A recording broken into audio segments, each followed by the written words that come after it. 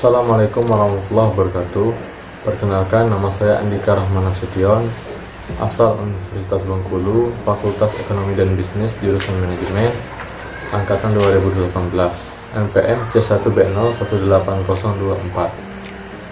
Baiklah, pada kesempatan kali ini saya ingin menyampaikan materi pembelajaran mengenai mata kuliah Manajemen Lembaga Keuangan dan Perbankan. Adapun materi yang pertama yaitu 1.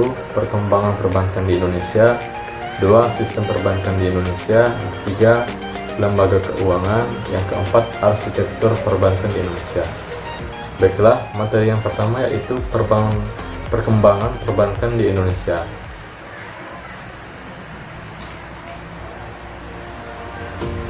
Selanjutnya, kondisi sebelum deregulasi. Deregulasi ialah keadaan di mana terjadinya perubahan kebijakan atau peraturan di dalam perbankan, khususnya di Indonesia. Fungsi utama perbankan masa sebelum deregulasi: yang pertama, memobilisasi dana dari investor, 2. memberikan jasa keuangan, yang ketiga, membantu pemindahan jasa dan modal, yang keempat, tempat sementara dana hasil pemungutan pajak, yang kelima, mengadministrasikan anggaran pemerintah. Berikutnya, kondisi sesudah deregulasi. Kebijakan deregulasi yang tidak dilakukan dan terkait dengan dunia perbankan antara lain: 1. Paket 1 Juni 1983, 2. Bank Indonesia sejak 1984 mengeluarkan SBI, 3. Paket 27 Oktober 1988, 4. Bank Indonesia sejak 1985 mengeluarkan ketentuan perdagangan SBPU dan fasilitas diskonto oleh Bank Indonesia, 5. Paket 20 Desember 1988, 6. Paket 25 Maret 1989, 7. Paket 28 Februari 1991, 8. Paket 29 Januari 1990, 9. Undang-Undang Nomor 7 Tahun 1992 tentang Perbankan. Yang ke-10, Paket 29 Mei 1993 yang berisi tentang penyempurnaan aturan kesehatan bank. Berikutnya, kondisi sesudah deregulasi. Pada masa setelah deregulasi, perbankan di Indonesia mempunyai ciri-ciri sebagai berikut. Yang pertama, peraturan yang memberikan kepastian hukum. Yang kedua, jumlah bank swasta banyak bertambah. Yang ketiga, tingkat persaingan bank yang semakin ketat. 4. Kepercayaan masyarakat terhadap bank yang meningkat. 5. Mobilisasi dana melalui sektor perbankan yang semakin besar. Selanjutnya, kondisi saat krisis ekonomi 1997-1998. Kondisi perbankan di Indonesia sehingga kondisi saat ini adalah: pertama, tingkat kepercayaan masyarakat dalam dan luar negeri terhadap perbankan di Indonesia menurun secara drastis. Yang kedua, sebagian besar bank dalam keadaan tidak sehat. Yang ketiga, adanya spread negatif. Yang keempat, munculnya penggunaan peraturan perundangan yang baru. Yang kelima, jumlah bank menurun. Berikutnya ialah kondisi saat krisis ekonomi 1997-1998. Langkah yang penting untuk dilakukan sehubungan dengan itu adalah: yang pertama, memperkuat kerangka pengaturan dengan menyusun rencana implementasi yang jelas pengawasan bank. Yang kedua, meningkatkan persyaratan modal bagi pendirian bank baru. Yang ketiga, menerapkan bank guarante scam untuk melindungi simpanan masyarakat di bank. Yang keempat, merestrukturisasi kredit macet. Yang kelima, melaksanakan program privatisasi dan divestasi. Yang keenam, meningkatkan infrastruktur sistem pembayaran dengan mengembangkan real-time gross settlements. Berikutnya, kondisi pasca krisis ekonomi. Perjalanan perekonomian Indonesia di tahun 2008 penuh dengan tantangan dan kendala yang harus dihadapi, sehingga memaksa para pelaku usaha dan pengusaha dari berbagai sektor merevisi target pendapatannya, pertumbuhan dan rencana bisnis investasinya. Pasalnya, siapa yang menduga krisis keuangan global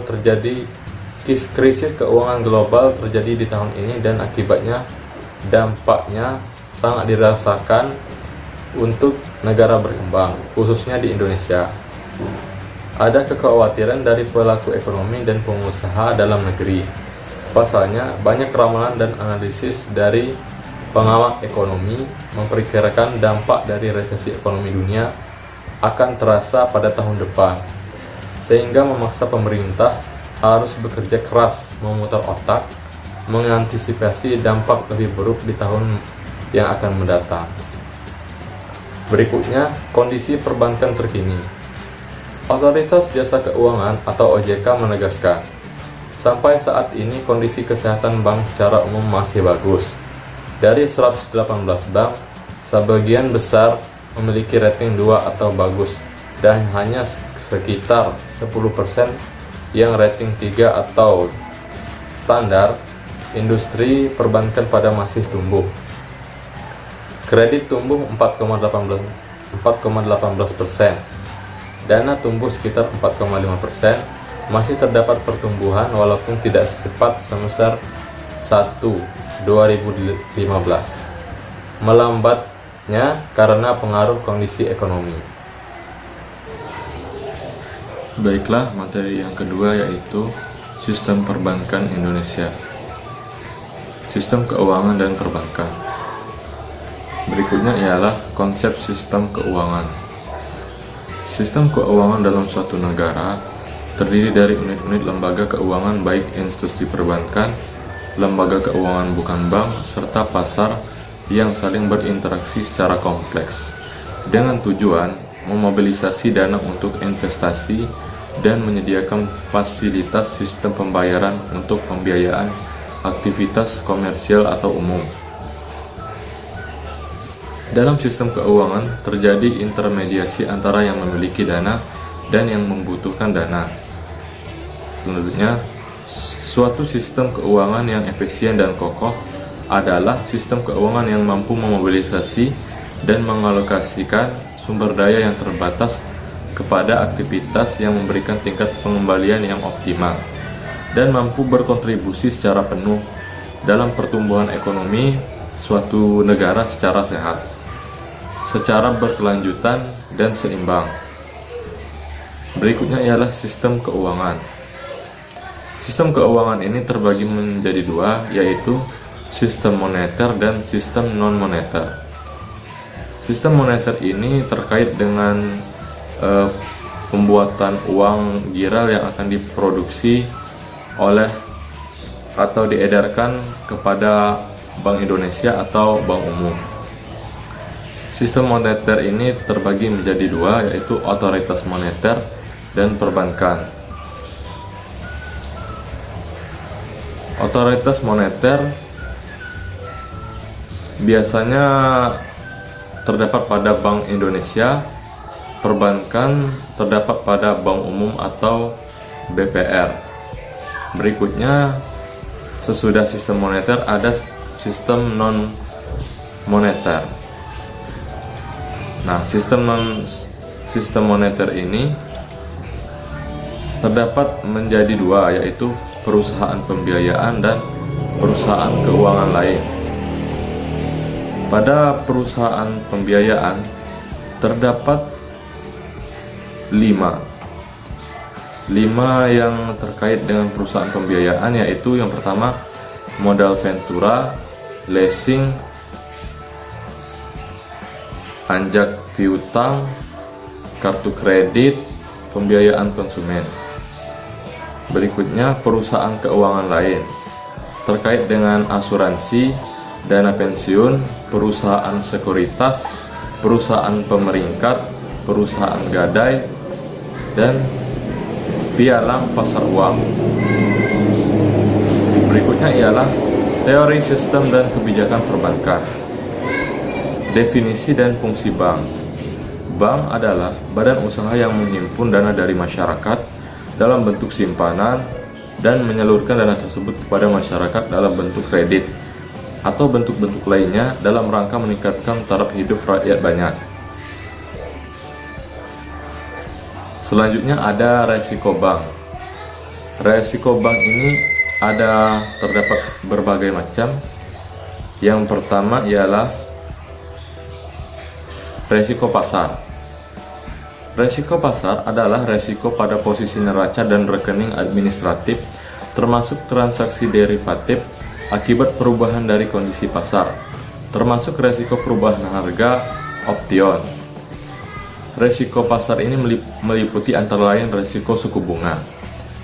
Yang kedua, resiko likuiditas adalah resiko akibat ketidakmampuan bank untuk memenuhi kewajiban yang jatuh tempo dari sumber pendanaan arus kas. Yang ketiga, resiko operasional. Resiko operasional adalah resiko akibat ketidakcukupan atau tidak berfungsinya proses internal, kesalahan manusia, atau kegagalan atau gangguan sistem. Berikutnya, resiko hukum. Resiko yang timbul akibat tuntutan hukum atau kelemahan aspek yuridis. Resiko ini dapat timbul antara lain karena ketidakperaturan perundang-undangan yang mendasari kelemahan perikatan, seperti tidak dipenuhinya syarat sahnya kontrak atau agunan yang tidak memadai. Berikutnya ialah resiko strategik. Adalah resiko akibat ketidaktepatan bank dalam mengambil keputusan atau pelaksanaan keputusan yang gagal dalam mengantisipasinya. Berikutnya ialah resiko kepatuhan.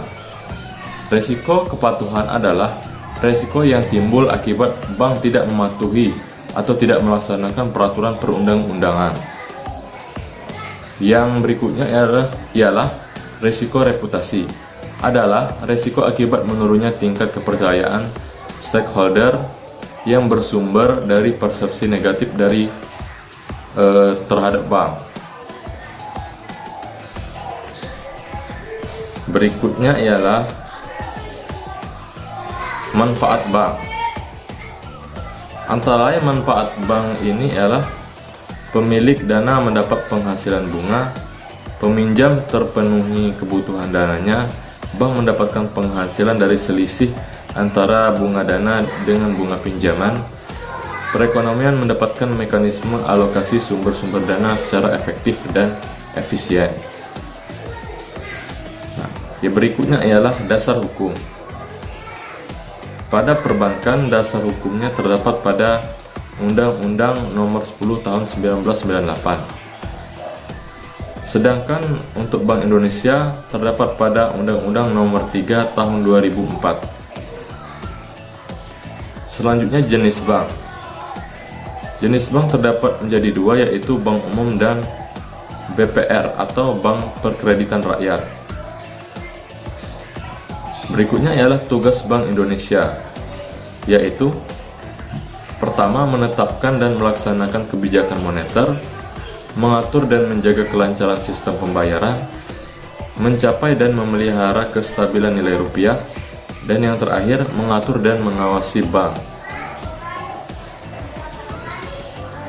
Berikutnya ialah keterkaitan sistem pembayaran dengan moneter dan perbankan. Sistem perbankan yang sehat akan mendukung pengendalian moneter, mengingat pelaksanaan kebijakan moneter terutama dilakukan melalui sistem perbankan yang sehat. Selanjutnya, efektivitas pengendalian moneter memerlukan dukungan sistem pembayaran yang efisien, cepat, aman, dan andal. Selanjutnya, sistem pembayaran yang efisien, cepat, aman, dan andal memerlukan sistem perbankan yang sehat. Intinya ini saling berkaitan gitu. Baiklah, materi ketiga yaitu tentang lembaga keuangan. Pengertian fungsi dan peranan lembaga keuangan bank. Menurut Dahlan Siamat, lembaga keuangan adalah badan usaha yang kekayaannya terutama dalam bentuk aset keuangan atau tagihan dibandingkan dengan aset non-finansial atau aset real. Lembaga keuangan sebagai mediator antara kelompok masyarakat yang berlebihan dana dan kelompok masyarakat yang memerlukan dana. Selanjutnya, fungsi lembaga keuangan bank. Antara lain fungsinya yaitu yang pertama, melancarkan pertukaran produk, barang dan jasa. Yang kedua, menghimpun dana dari masyarakat dalam bentuk simpanan dan menyalurkan ke masyarakat dalam bentuk pinjaman. Yang ketiga, memberikan pengetahuan dan informasi, yaitu antara lainnya, lembaga keuangan melaksanakan tugas sebagai pihak yang ahli dalam analisis ekonomi dan kredit. Kedua, lembaga keuangan berkewajiban menyebarkan informasi dan kegiatan yang berguna dan menguntungkan bagi nasabah. Yang keempat, memberikan pinjaman. Selain yang ketiga tadi, fungsi lembaga keuangan bank yaitu memberikan pinjaman. Yang memberikan pinjaman dan moral mengenai keamanan dan masyarakat terkait dengan dana yang dipercayakan kepada lembaga keuangan tersebut. Yang kelima, menciptakan dan memberikan likuiditas. Lembaga keuangan mampu memberikan keyakinan kepada nasabahnya bahwa dana yang disimpan akan dikembalikan pada waktu dibutuhkan atau pada waktu jatuh tempo.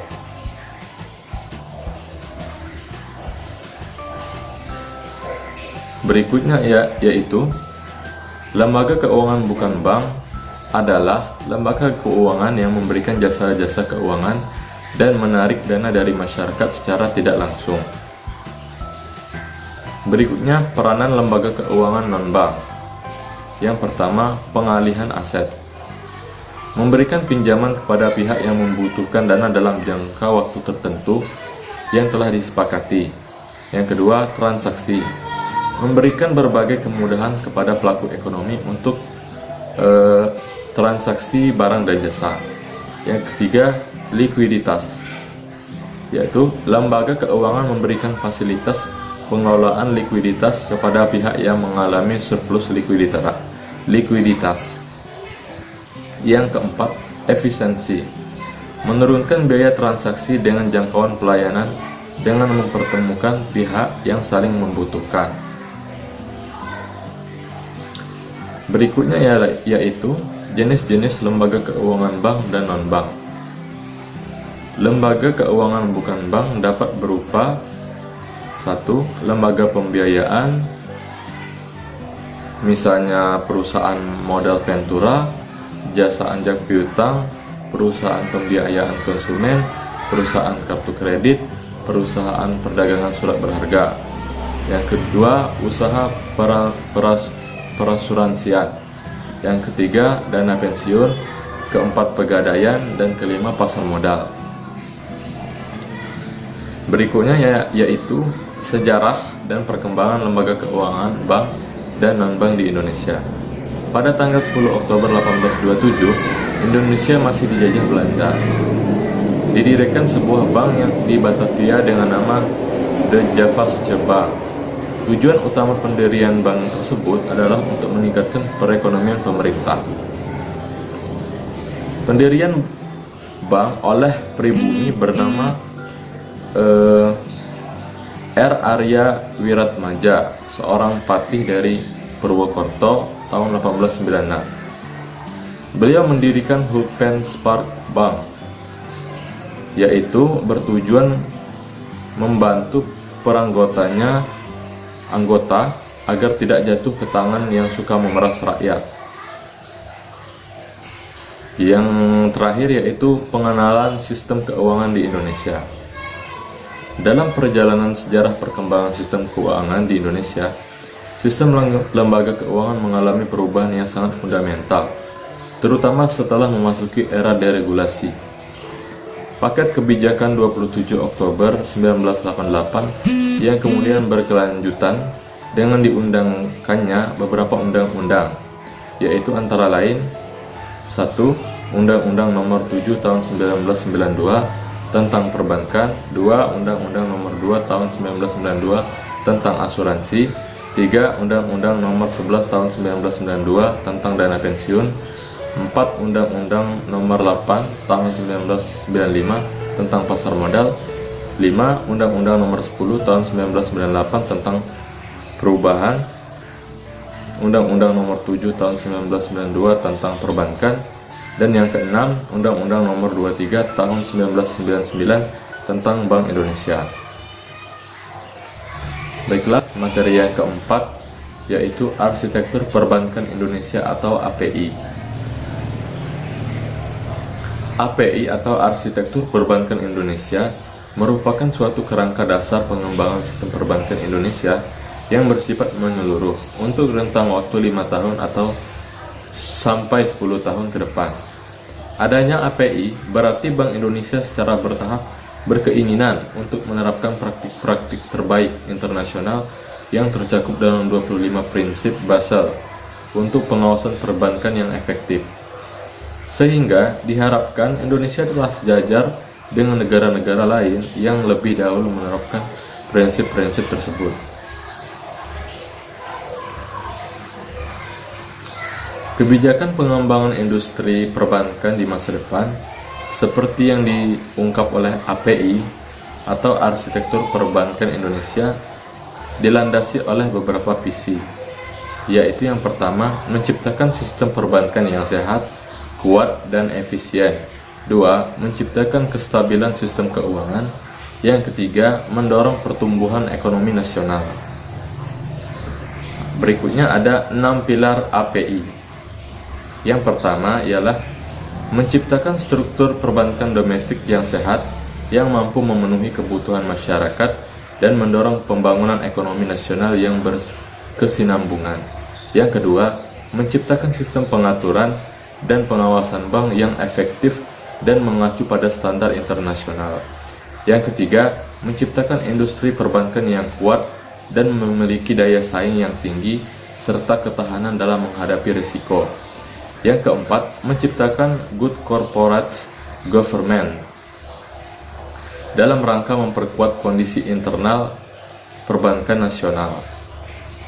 Yang kelima, menciptakan infrastruktur yang lengkap untuk mendukung terciptanya industri perbankan yang sehat. Yang terakhir, yang keenam, mewujudkan pemberdayaan dan perlindungan konsumen jasa perbankan. Berikutnya ada tantangan ke depan, yaitu tantangannya yang pertama, pertumbuhan kredit perbankan yang masih rendah.